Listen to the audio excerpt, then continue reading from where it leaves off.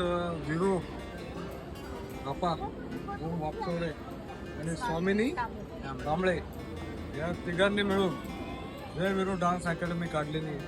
म्हणजे तिघं डायरेक्टर आहे आणि हे तिघं एक्सपर्ट डान्सर्स आहेत.